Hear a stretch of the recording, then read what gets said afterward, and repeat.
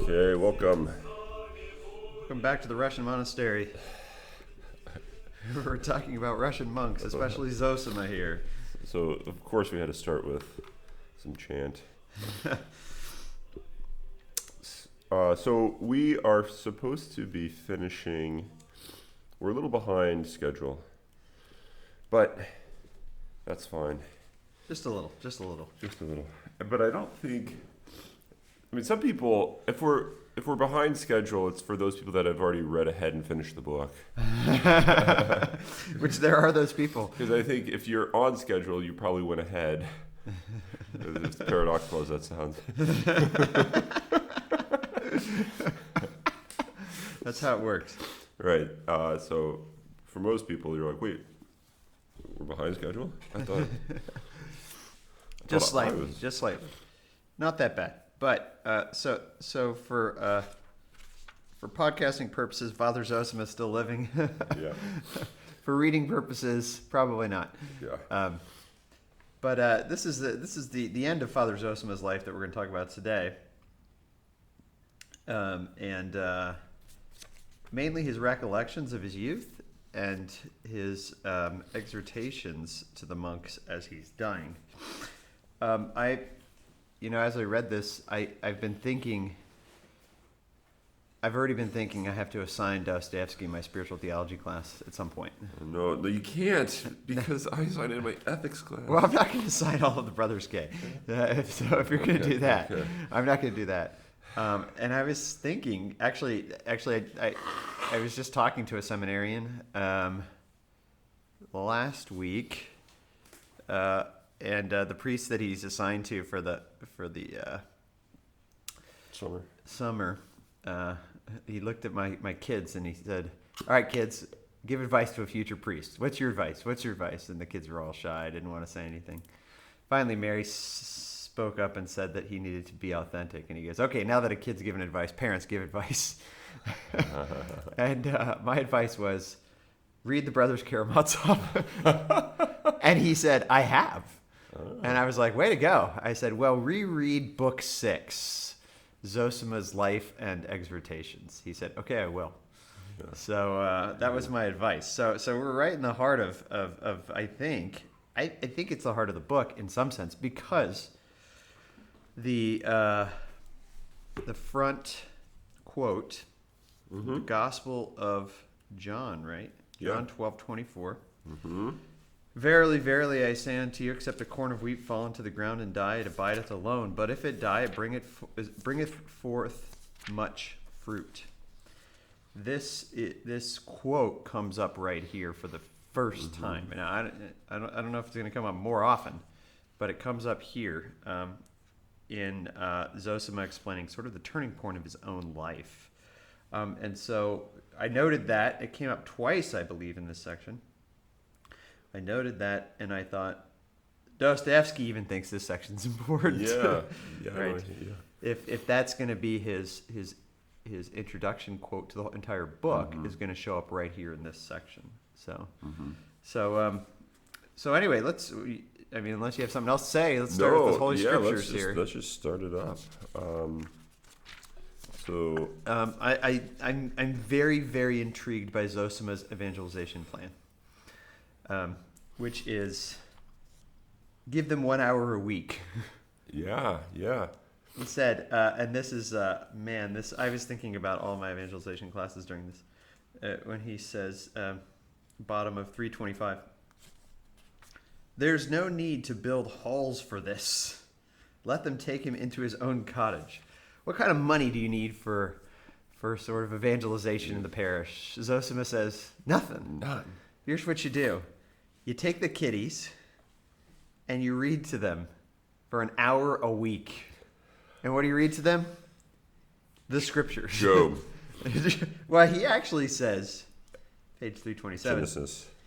Try reading them the touching story of the fair Esther and the haughty Vashti, or the miraculous story of Jonah and the whale. Don't forget either the parables of our Lord. Choose especially from the Gospel of St. Luke. That is what I did. And then from the Acts of the Apostles, the conversion of St. Paul. That you mustn't leave out on any account. And he just says, give them 1 hour a week. The peasants will get it. which I think is fascinating. Yeah, and so this is a theme that came up in your Gregory of Nyssa class when we were reading about Nyssa writing about the lives of different people, and each life was a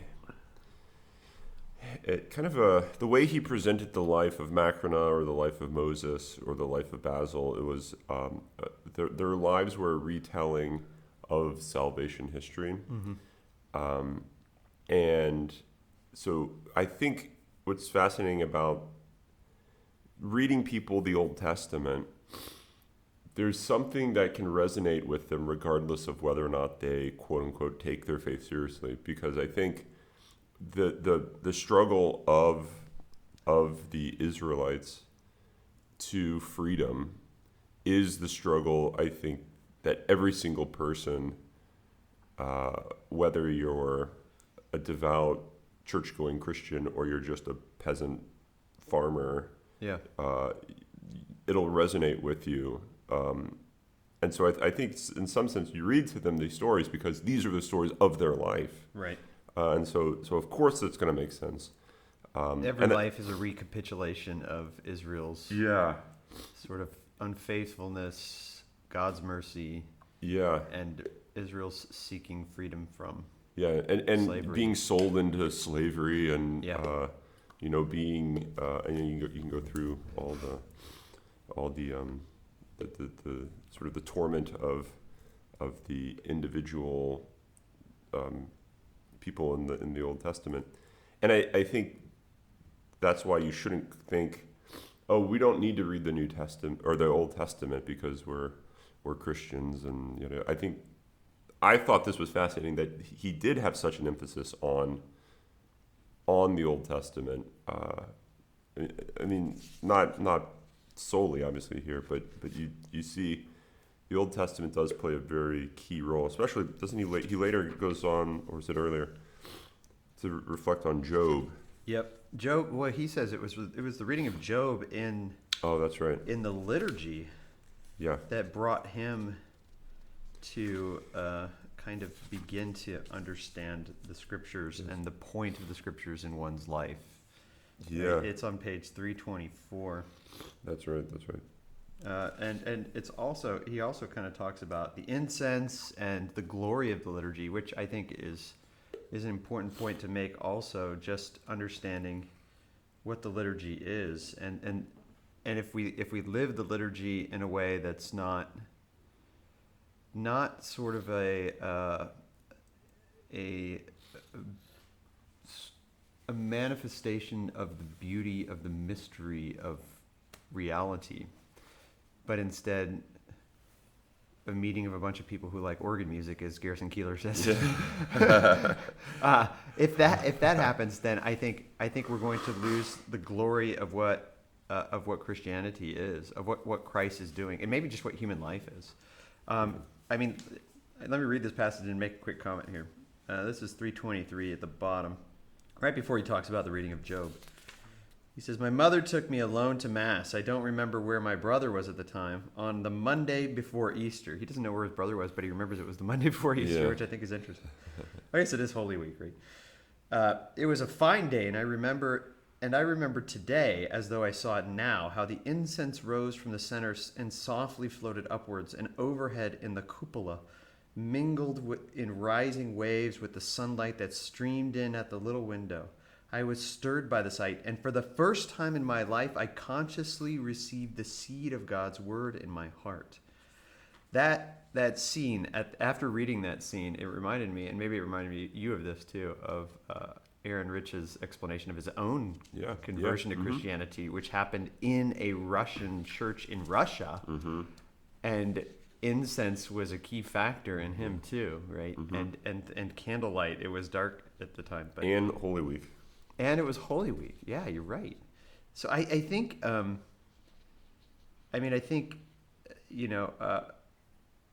Aaron's own explanation of his conversion has re-solidified in me the importance of liturgy. But then I read it here again, almost the exact same story.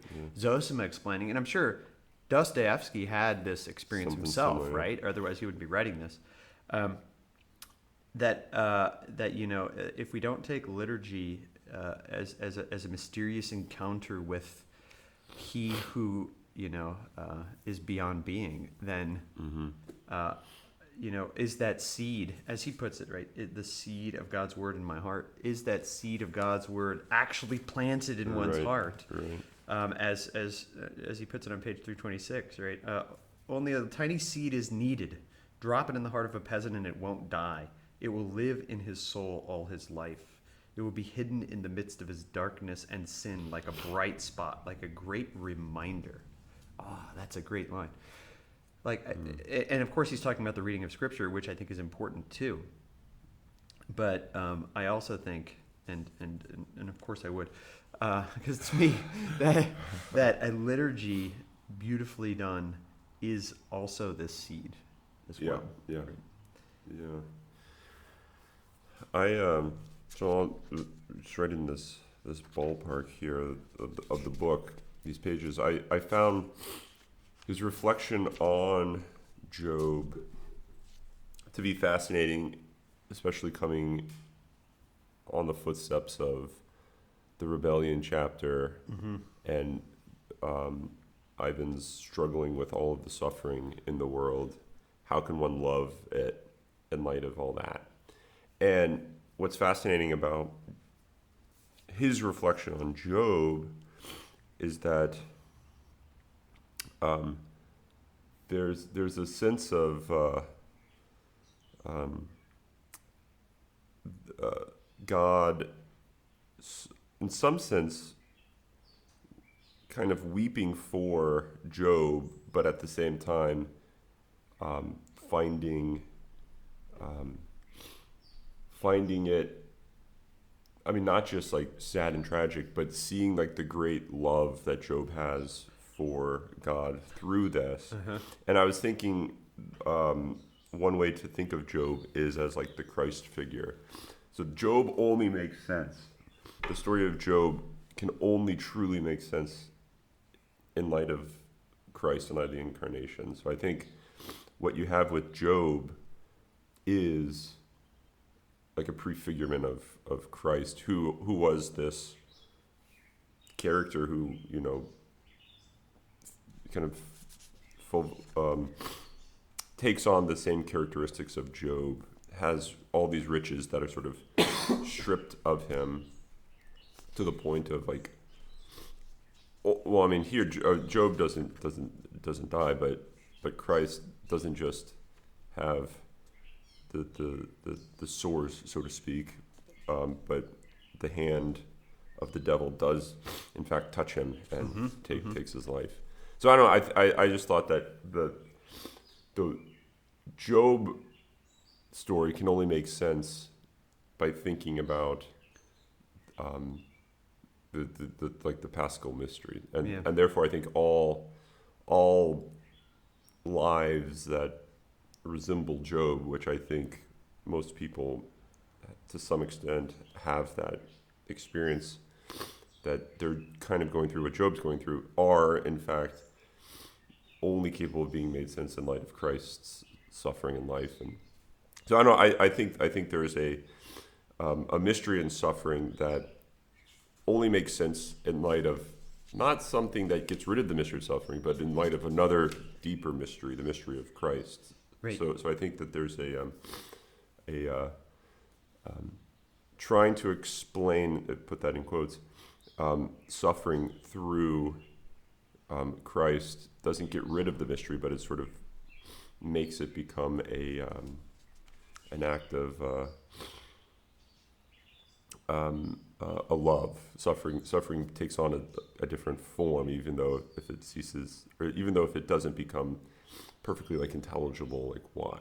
I don't know if that is making sense. No, and I think one of the things Zossima seems to be talking about with suffering here, which is maybe the antithesis of Ivan, is that suffering and joy are not mutually exclusive, and that love and joy aren't something that happened when there's no suffering, but it's something that comes about in suffering. And he even says this about Job, and I think you were pointing this out to me off mic here.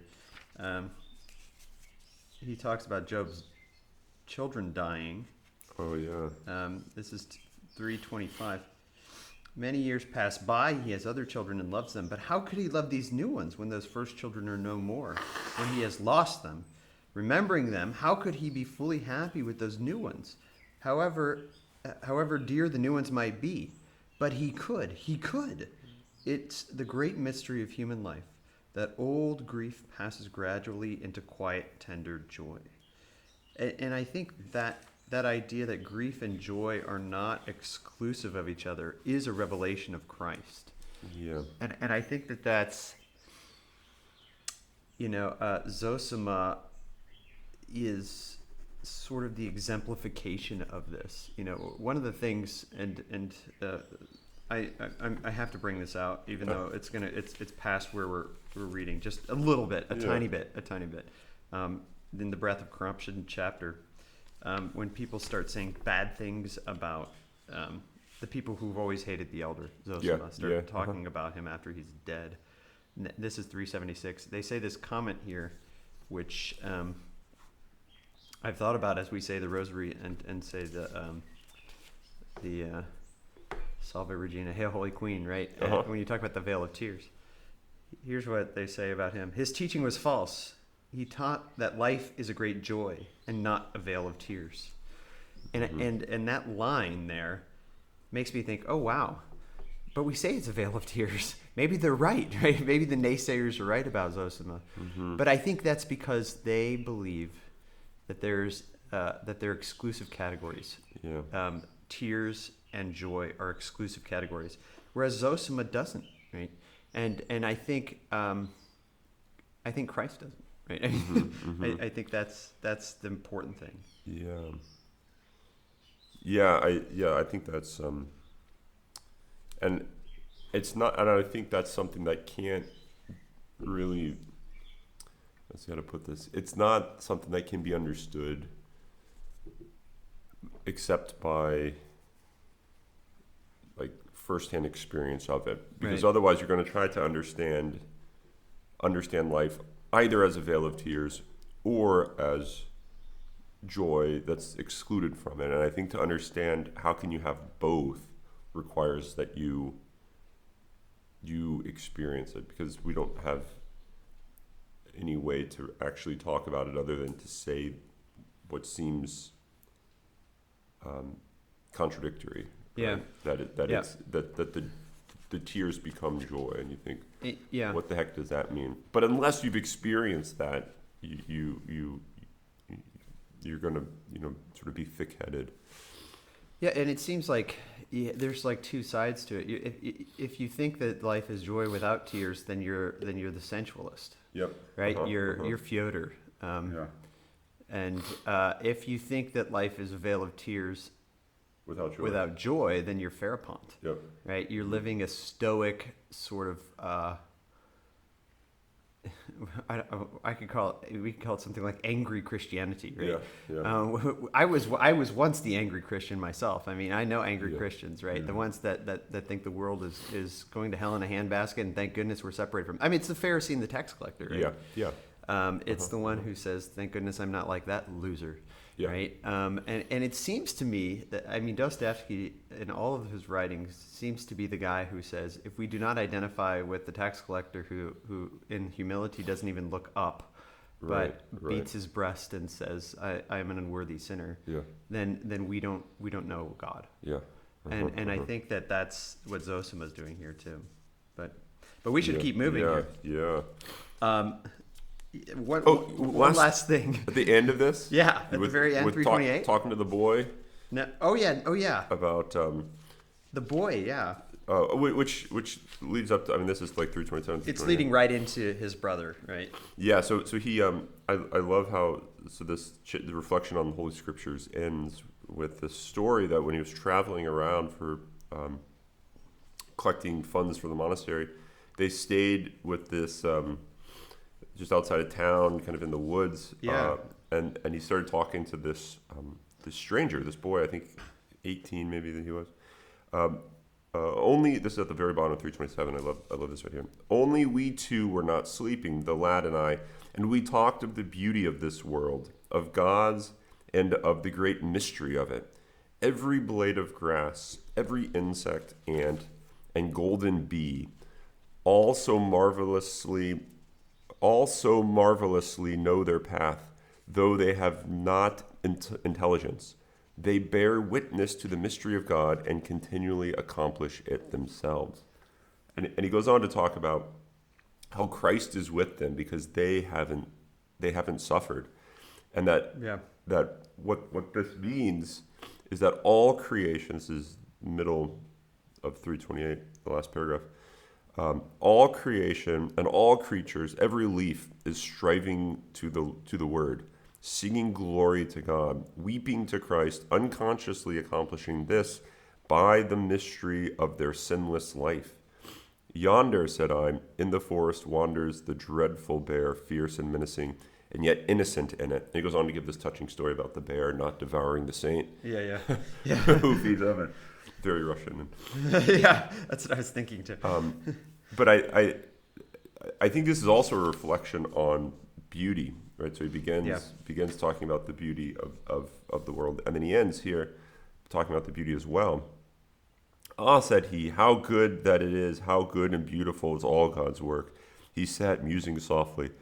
I saw, he understood, and he slept beside me a light and sinless sleep. May God bless youth, which is, that's similar to Alyosha. Yeah, but it's also funny to read "May God bless youth" when you think about the youth, the other youth in the story, who are these wild, passionate, wrathful / lustful, wretches in some sense, but. Here's another line that I think is important for beauty's sake. Right? We've talked about this before, how you can only really understand the beauty of the universal in the particular. Yeah. I love this line of this boy at the top of 328, the bottom of that paragraph that continues from the other page. Yeah. He was a bird catcher, knew the note of each of them, could call each bird. So he's this particular, he has particular, I don't want to say job. It's not a job. It's more like way of life, really, of bird catching. And he says, I know nothing better than to be in the forest, said he, though all things are good. That line right there just really struck me, right? So he recognizes, he doesn't say everybody should be a bird catcher, and if you're not a bird catcher, you don't understand what life is about. Instead, he recognizes that he loves the birds and the forest so much, but it's only one aspect of the greatness of the glory of the beauty of the world. And I can recognize the beauty of God in this aspect of his creation, even though all of creation carries with it this mysterious touching of the infinite.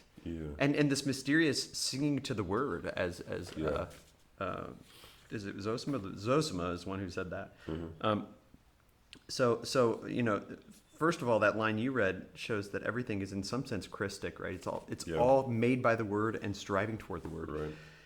But the boy understands that everything it contains within it the universal, which is just what beauty is, right? And that even though he knows the birds and loves the birds in the forest, it's not just the birds in the forest. If he was a table maker, it would be in table making that he would understand the glory of God, right? And so I love how he says, I know nothing better than to be in the forest, though all things are good. This is like right out of the DC Schindler playbook of Love in the Postmodern Predicament, because you have in that paragraph that follows, you have yes indeed, Zossima goes on, yes indeed all things are good, and he goes on to say, it's because all is truth, right? You're getting this. This isn't anything like like classical metaphysics, but I think it's a reflection on the unity of goodness and truth, but ultimately the way to see the goodness and truth of things is, as it goes on later in that paragraph, to say, what gentleness, what confidence, and what beauty. It's touching to know that there's no sin in them. Right? So I think it's by seeing the beauty of things that you can actually recognize what it really means to say that all things are good and all things are true. I think you can say it in kind of this abstract way and not fully understand what does that really mean. Right. But it's by seeing the beauty of it that you see. Which talk about the postmodern predicament. How many people do not experience the beauty of one aspect of creation because they aren't, in a sense, living in the real, because all they live in is sort of a virtual world or a screen world, so that they don't know the beauty of the birds in the forest. And it's not that you need to know the beauty of the birds in the forest. You need to know the beauty of something real. Right. Which is again kind of it sort of goes to the heart of that book, Shop Class as Soul Craft, right? Yeah. Where he decided, I'm going to be a motorcycle mechanic, and all of a sudden he started recognizing the beauty of the world, because he's working on something real, right? And I think that this bird catcher, it sort of exemplifies that. Yeah, right. And it's not that I have to go do motorcycle maintenance in order to see beauty, or I have to go do bird catching. Right. That would be to just go right against what the boy was saying. Like, you don't understand what I'm saying. Everything is good. Because if you thought, if you thought that, you would already be predisposing yourself not to see beauty. Yeah. And perhaps it's just a sign of your own blindness, blindly going into something. Right. Yeah. And even should you go and catch birds, you would not see this. Yeah. Right. I mean, maybe the birds would actually reveal it to you in some way, but he who has eyes to see, let him see. Yeah. So, okay. Yeah, I'm already thinking here, Jaeger. We've got to break this up again. Okay. Well, let's just press on. We'll see what happens. All right. We'll do the Duel, Mysterious Visitor. We'll see what happens. But we already talked about his brother, right? Yeah, that was last time. We talked about his brother. Okay, good. Okay. That's right, because we skipped over the scriptures, and I said we should go back and talk about the scriptures. No, we didn't skip over the scriptures. Scriptures come after his brother, don't they? Yeah, they do. They come right after his brother, because we were supposed to do the scriptures, but we never made it. Okay, so the Duel. We didn't do the Duel. Yeah, no, the Duel and the Mysterious Stranger, I think, are gonna take up our time here. Okay. But let's talk about the Duel. I remember when you read this was the first time you read it, and you told me you just gotta listen to this. And so we went to LibriVox and downloaded the Duel, and I listened to Bob, what's his name, read it to me. Neufeld. Bob Neufeld. Bob Neufeld. Some random dude in his basement in his pajamas. But incredible. An incredible random dude who has a great reading of this. And I remember thinking, yeah, this is touching at the heart of all that we've been talking about over these past 6 years or whatever. And the beautiful thing about it is, that it's touching at the heart, but you can't exactly put your finger on. There's little bits and pieces, like phrases that are great, but something about the whole story, you realize kind of is escaping you. At least I did when I first read it, and even now, there's just something so masterful about the way he tells this story that it's hard to exactly say, this is the reason why this is so awesome. Right? And it's really here that you recognize Zossima is not, in a sense, merely Alyosha. At least Alyosha, as we know him to this point. The guy who, and we all know this guy. Since he was 7 years old, he was planning to go to seminary. And, and he played priest in his backyard, and he bandaged little birds' wings. And the guy who just is like the little saint walking around, right? Which kind of seems like Alyosha, which is why I think Rakuten hates him, which we'll get to in the next section. That's not Zossima, man. Zossima is he's into, as he says, drunkenness, debauchery, and devilry. Yeah, right. The 3 Ds. He was not a good guy, right? He was not a good guy, and he specifically talks about how I flung myself into a life of pleasure and plunged headlong into all the recklessness of youth. Right after he said, "God bless youth." Yeah. Actually, in that chapter before that, right? He talks about his own youth being, in a sense, And maybe those listening now, those youth listening now are thinking, but that's me. I'm headlong into the 3Ds. Which is, I'm not saying congratulations, you're just like Zossima, keep going. Although I am saying there is hope and mercy ahead of you should you decide, like Zossima, to ask forgiveness from the birds. Yeah. Which we're getting into here. Yeah, and you wonder, could Zossima have been Zossima were it not for the trip through the 3Ds? Yeah, and so the trip through the 3Ds, it sort of culminates in falling in love with this girl who was, unbeknownst to himself until later, already betrothed. Right? Is that what it was? Yep. He was like basically making advances towards her, but never. He wasn't ready to pull the trigger and say, let's get married. Yeah. Although he thought that she was ready for it as soon as he did it. Yeah. And then only later did he find out, actually, she was engaged to a guy before that and had been engaged to him the whole time. You were like, while he was making her. the moves. Yeah. And that if you had asked her to marry you, she would have said no because she was already engaged to a guy. Right. And then he felt like a moron. Yeah. And he says, with flushed face, I began recalling how often I had been on the point of declaring my love to her.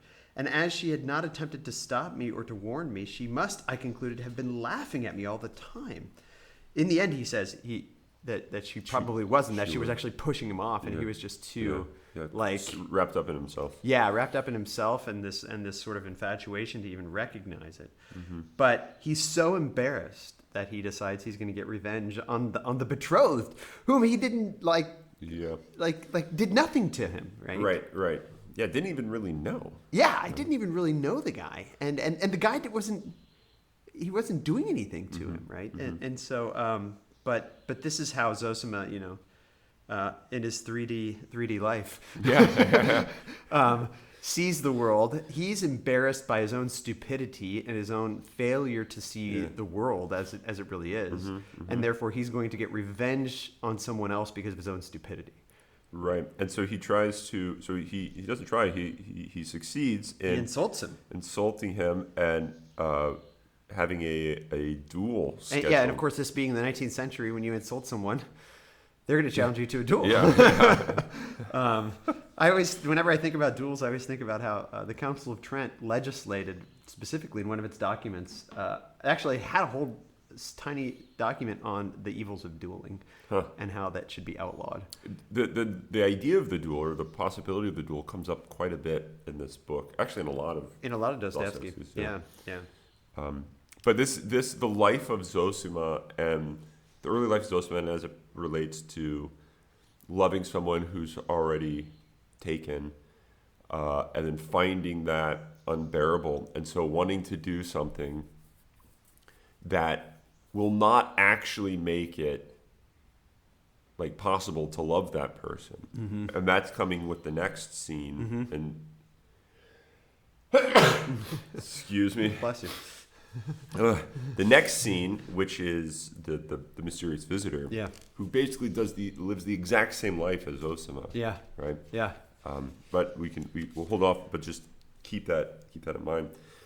Yeah, so the turning point in his life, as he calls it, is not the duel, right? So the guy challenges him to a duel. He basically, in a sense, has to. And it seems like the culture of the upper classes at this time. Yeah. If you're insulted like this and you don't, I mean, he even says like that the guy was probably afraid that his wife would think he's a loser. Yeah, for not challenging him to this duel. Yeah. Which it's kind of a mystery to me, this whole culture. Yeah. But I'm sure it's like it was a huge pressure. And so he challenges him, and Zossima accepts it. And the turning point of his life, you think, is the duel itself, but it's not. It happens before the duel, right? So 331, the end of June, and our meeting was to take place at 7 o'clock the next day on the outskirts of town. And then something happened that in very truth was the turning point of my life. In the evening, before this happens, right? In the evening before the duel, returning home in a savage and brutal humor, I flew into a rage with my order Afanasi and gave him 2 blows in the face with all my might, so that it was covered with blood. So this servant that he doesn't say it provoked it. He didn't do anything to provoke him. No. He was just angry. He saw this guy before him that was below him, and decided to just punch him with all of his might in the face twice, right? And he goes to bed, and as he's going to bed, he can't like sleep very well, and he feels really bad, and he's like, why do I feel? Why is this? Is it because I'm afraid of dying? He's like, no, it's not that. Yeah, no, and I think it's this is so he got up. So when he woke up, it was daybreak. The day was breaking. I got up. The birds were singing. Yeah, I did not want to sleep anymore. I went to the window, opened it. I looked out upon the garden. I saw the sun rising. Remember, he used to play in the garden, as his brothers told him to. Yep. Saw the sun rising. It was warm and beautiful. The birds were singing. Yeah, and the birds are huge here, right? Yeah. Because the birds, going back to Markle, his brother, Yeah. who confesses to the birds. Yeah. And then this is going to come up here, too. Yeah, and so he sort of sees the beauty of everything around him. And then he's thinking, like, what's the meaning of why I feel so vile and shameful? Mm-hmm. Which made me think, go back to page 294. I know we're going back, but that's fine. Whoa. That's fine. Whoa. 294. Making connections. Making connections. This is huge. So 294. Ivan leaves his conversation with Alyosha. He's walking home. He's suffering at the very top there.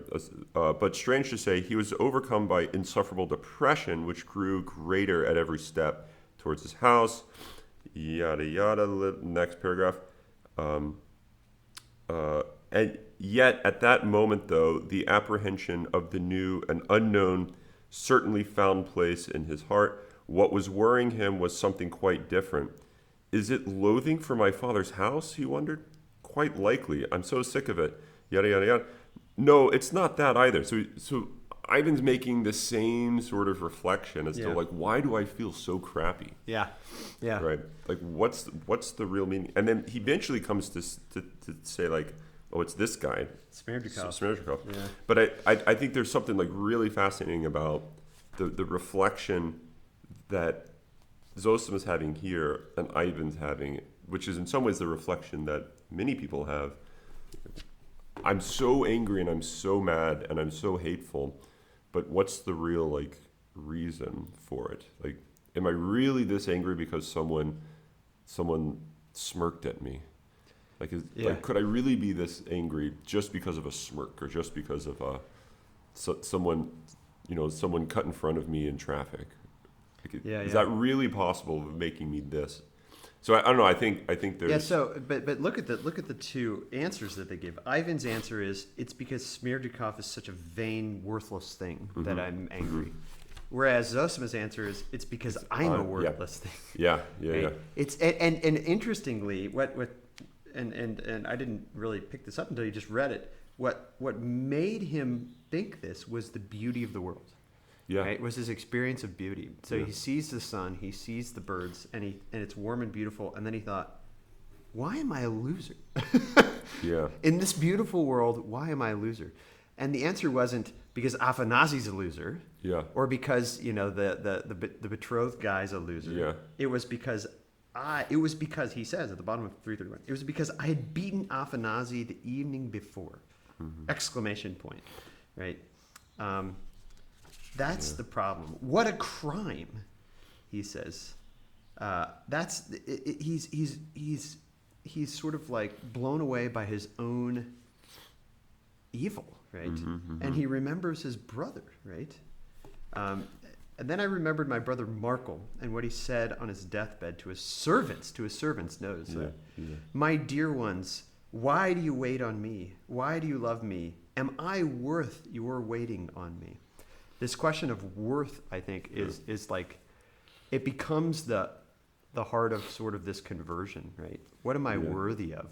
Yeah, and it was. So you see how Markle treated his servants, and here you see Alyosha treating his servant in the complete opposite way. You mean not Alyosha? Zossima. Zossima. Yeah. Sorry. But I think this is question of worth. I mean, this was what I was. So, this yesterday, was it yesterday? No, 2 days ago. I was killing chickens, right? Oh, I was yeah. killing roosters. Yeah. I couldn't believe how difficult it was for me to do the actual. Like, I could do any of the other stuff. Plucking the feathers was fine. Yeah, pulling out the intestines. Pulling out the intestines. That was all fine, right? I mean, it was actually harder work than I thought. But the hardest part was looking at the living creature and deciding to take its life. Yeah, you have a knife in your hand. Yeah, and it's perfectly healthy, perfectly fine. And as we were pointing out, the roosters, right? So they're becoming beautiful now. Yeah. And the roosters are more beautiful than the hens, Yeah. which is interesting. It seems like nature in the chicken kind of messed up because although it seems like all animals except for humans, Yeah. the female's always not as beautiful as the male. But that's the opposite in humans. But I think I was looking at these roosters, and the hardest thing for me to do was to take their lives, and the feeling, I don't know if it's a feeling, I don't know what, something deeper than that, that came to me as I stared at this rooster's face right before I slit its throat was, I'm not worthy to do this. Yeah. I'm not worthy to receive a beautiful life like this for the sake of the continuing of my life. Yeah. Yeah. And it was, I was thinking of kind of this scene and Zossima's own understanding of his lack of worth before the beauty of creation.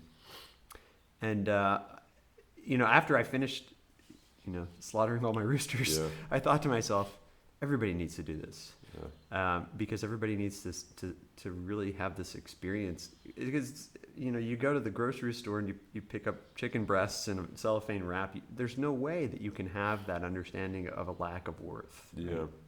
Yeah, and I think that an initial reaction would be to say, don't think about it too hard because otherwise it's going to be more difficult for you to slit the throat of the rooster. Yeah. Right. But I think, I don't know, I think there's something inhumane in that. Yeah. It's just as if it's like you you're probably going to cry when your parents die or when your best friend has to leave and you're probably never going to see him again. Yeah. And you kind of want to say, don't think too hard about it because it's just gonna make it like more difficult. Yeah. But it seems that the proper human response, the authentic human response, is to think hard about it, and because in some ways it's the pain and the difficulty in that makes it that makes the reality of the beauty sort of clearer to you, right? I don't know. That's maybe that you're united with it. Yeah, in a truly natural way, human way. Yeah. By your own grief. In your grief, you become united to that truth and goodness and beauty of that other. So maybe sort of this don't think about it is actually a rejection of your own humanity. Yeah, and so that sort of opens up this bigger question now that maybe all suffering has that possibility. So all suffering can be redeemed, just as you want to suffer, you want to be sad when your best friend is going to leave you forever. You want sadness to sort of be the mode of communication here. Yeah. Not because you just like sadness, but because it is what communicates the truth. It corresponds to the reality. Yeah, right. And so maybe all suffering has that ability to correspond to the reality. We should remember this conversation because in the good thing we're recording it. Exactly. In the next section, there is the narrator finally actually acknowledges his own narration. Yeah. Which I thought was interesting. Yeah. Because I always just thought it was like an omniscient narrator, but obviously it's not. And the way that he kind of talks about Alyosha in the next section is really almost exactly like what you're saying. Yeah. But I don't want to. Yeah, that's right. Go That's there right. yet. That's right. He's kind of happy he's not overly rational. Yeah. Yeah. So, but we'll save that for next time. But back to the duel here. No more chicken slaughtering. Instead, let's talk about Afanasi punching, which is somewhat the similar, I think, here, right? As he puts it in 332. Yes, am I worth it, right? So he recognizes this question of Markle's is his own. Yeah. It flashed through my mind. After all, what am I worth that another man, a fellow creature made in the likeness and image of God, should serve me? Or worse, should receive my blows, right? Yeah. I mean, that's really the question. Yeah. That it's his own punching of Afanasi that makes him think this, right? Yeah. And so it turns out that he has this recognition of his own lack of worth, and it's all because of his brother Markle. His brother Markle's like what was it? Was it Holy Week that he starts taking communion? I don't remember. I think it was Holy Week. And then he dies in the third week of Easter. So we're talking a month of Markle's life is still that little seed that's planted, the light in the 3D life of Zossima that comes up here in this moment of crisis. And the crisis is somewhat the duel, but more the crisis of his own, like it's almost like the peak of his moral failure happens as his fist flies into Afanasi's face. Yeah. Right? It's like everything else that he has done, all the bad stuff he's done, it's here that it finally throws itself up in front of him and says, you cannot ignore me anymore. Right. And I think it's therefore it's got to be Afanasi that provides the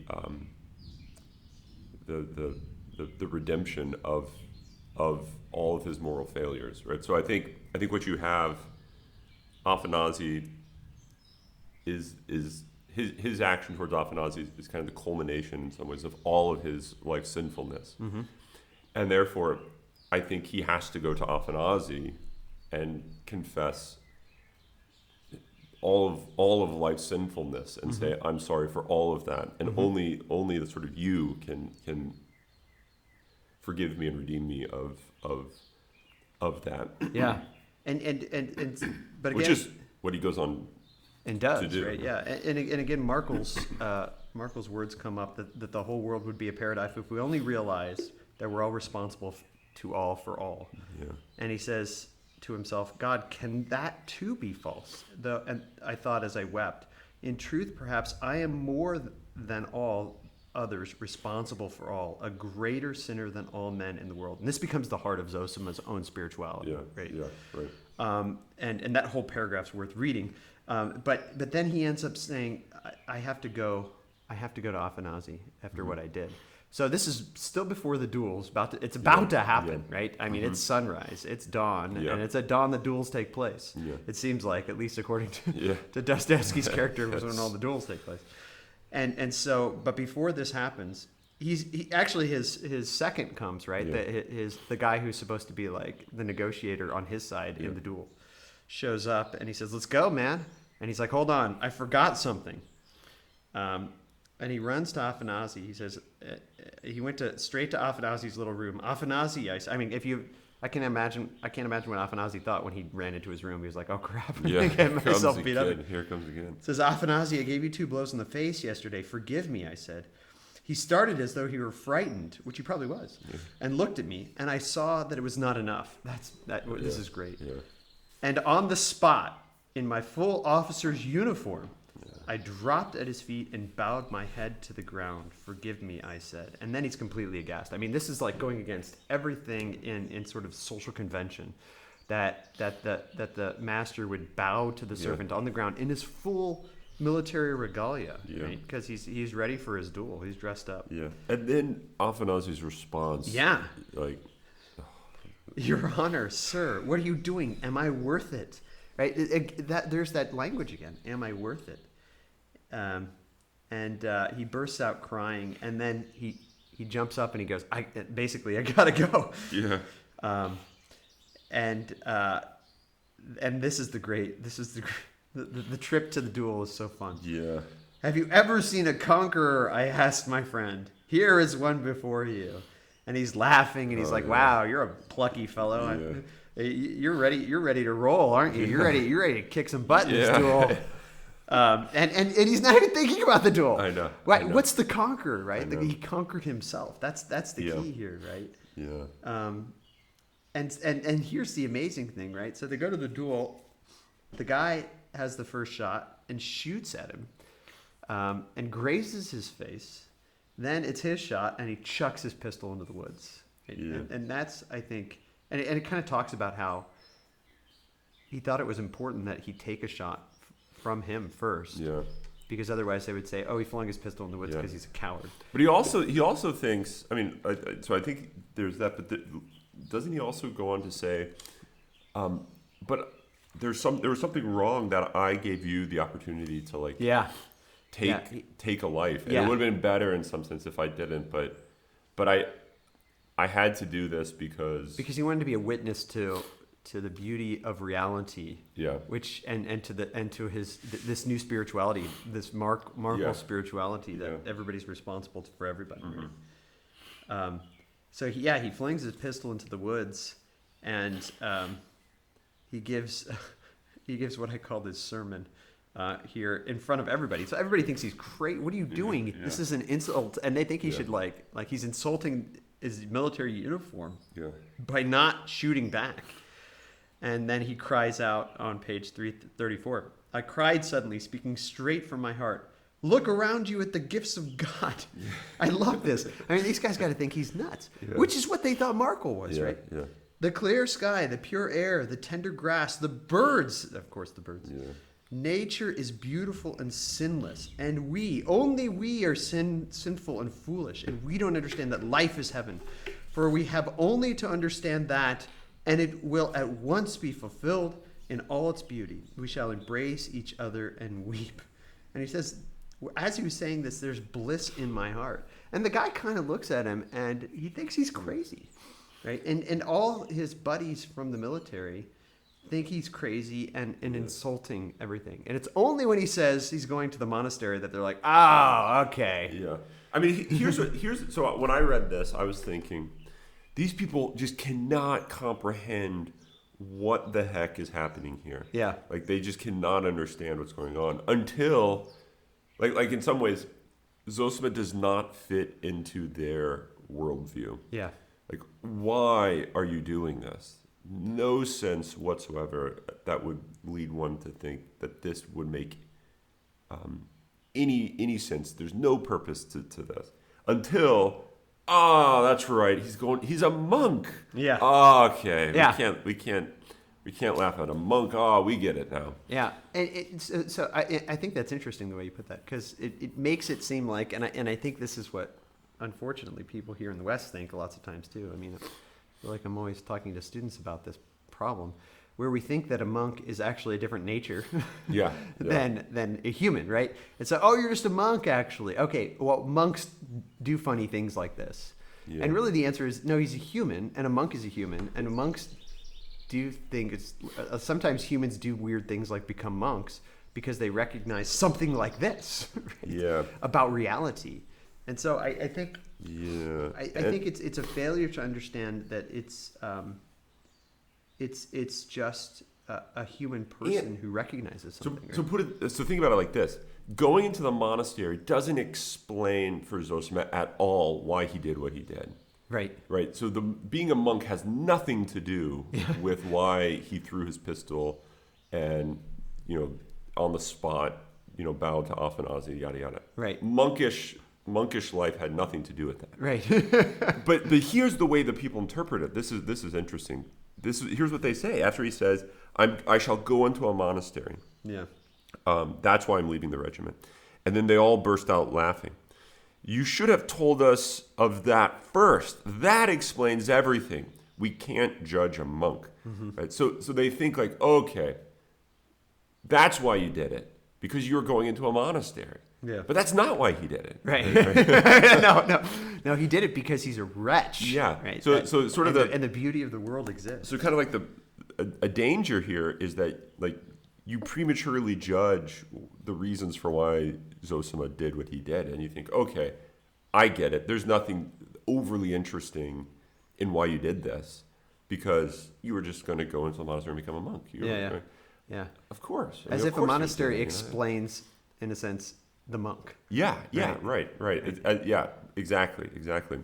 And I think when I read this, I mean this was something that always sort of troubled me, in that their reaction, I imagine, for Zossima was something that was kind of hard to bear, because they kind of judge him as if he is now comprehensible, and they know his life, and they know why he's doing this, and Right. yada yada yada. Right. But yet at the same time, And therefore, they don't understand. yeah. Right, yeah. Right. So I don't know. I thought that it was a fascinating. Their view of him changes because they can now put him into a category that makes sense in their sort of worldview. It has nothing to do with love. It just has to do with he's becoming a monk. Yeah. I do love the fact that the woman that he was in love with and her husband Yeah. at this time are the ones that actually like to listen to him the most. Right? Yeah. And are more fascinated. And they kind of Yeah. ask him questions. And they're like, we're not laughing at you. We are the two people Yeah. that are not. But again, madness comes out here, right? He says, everybody's laughing at him. How can you be responsible for all? What does that even mean? And he says at the top of 336, "Here I have for once in my life acted sincerely, and well, you all look upon me as a madman." Yeah. So it's very interesting that there's this the world thinks of you as mad when you're finally acting true. Right, and this is a big Dostoyevskian theme. I mean, the dream of the ridiculous man is like that. This is like the whole point of that. That's right? the thesis. And so I think this idea of why does the world see you as mad when you're finally acting truly human and truly sane, maybe we could say. Yeah. Right. And this is where the mysterious visitor comes in, but we're out of time. I know. So I think we're gonna have to do one more on book 6 here, Right. Because there's a lot of good stuff in Zossima's exhortations too. Should we just set up the mysterious visitor like 2 minutes? So there's this guy that is at the parties listening to Zossima talk. Yeah. And he it seems to be more interested Than everyone. than about not just about like, Zossima, why are you doing what you're doing, but kind of you get the impression that he is concerned with what Zossima went through, because there's something like I share something with you, Right. So I have sort of personal. I think the way it's put maybe is like I have personal reasons for being interested. And I think he is the one guy who doesn't think that becoming a monk is an explanation. Yeah, Because right. he sees him as human, and he sees you're like me, Exactly. and I'm not a monk, and you see the world as paradise and Yeah. joy, Yes. and I want that. I want to see it like that. Right. But well, why he doesn't, we'll leave that for We'll leave next that for day. next time. Yeah. All right. Well, on that note, we will talk to you, or we'll talk to each other later. But you can listen.